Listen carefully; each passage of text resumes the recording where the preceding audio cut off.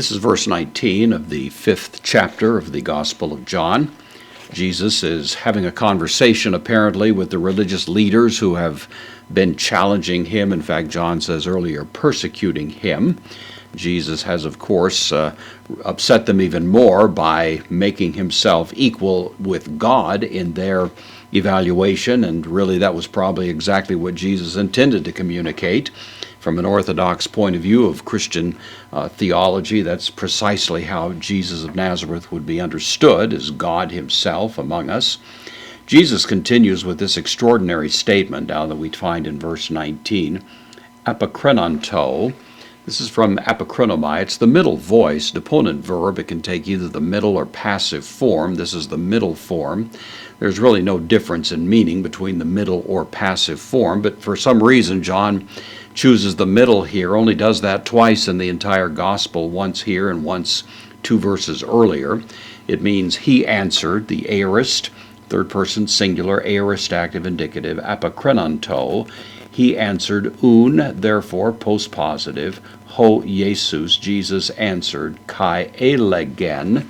This is from lego, I say, third person singular, imperfect, active indicative, and was saying, autois, dative, plural, masculine, was saying to them, the indirect object of the verb elegon, amen, amen. Not strictly speaking Greek, but of course the common word that's found in the Old Testament, amen. Jesus will preface any remarks he makes that have peculiar weight with this double use of amen in John's Gospel. So amen, amen, very weighty, very powerful, to be taken with utmost seriousness. Lego, same of course as here, except this is the first person singular, present active indicative. I say, humen, to you. Dative, plural, second person pronoun. I say to you, dunatai. Dunamai, I am able. This is the third person singular, not able. Ho huios, the son, is not able. Poiein, from poieo. This is the present infinitive. The son is not able to do or make, this word. Af, heautu, the reflexive pronoun. Af, of course, is from alpo, which means from, takes the genitive. Here it has this change of spelling and the what amounts to apostrophe there, the elision, as it's called, before the reflexive pronoun, so it makes it easier to pronounce. So the Son of Man not able to do from himself, uden. This is the accusative of the negative pronoun, to do nothing.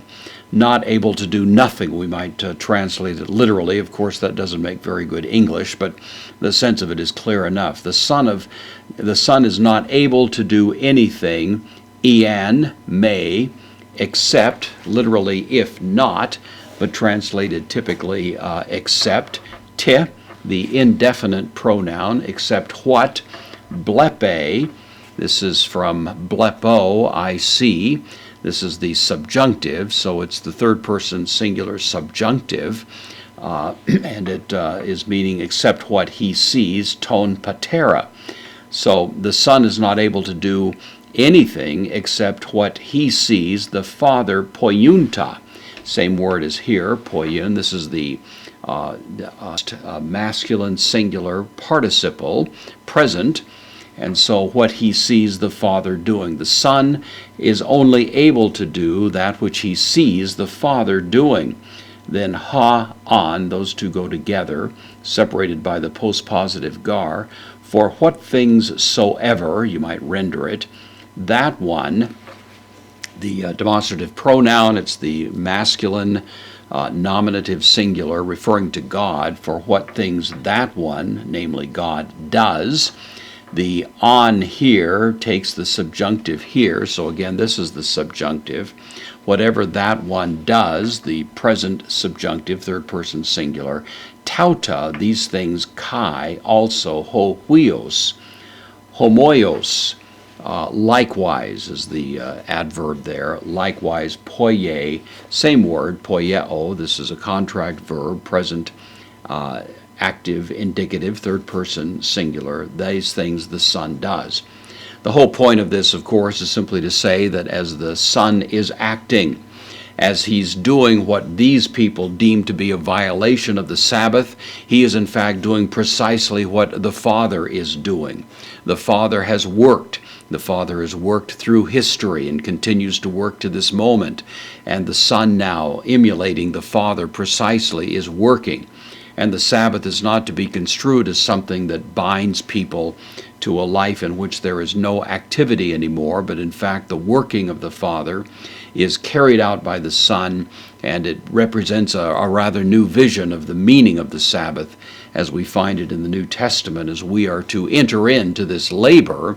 But of course it's a labor which gives rise to rest for us, because we're entering into the work that is being done by God rather than work in a sense that's being done for God in order to acquire His favor.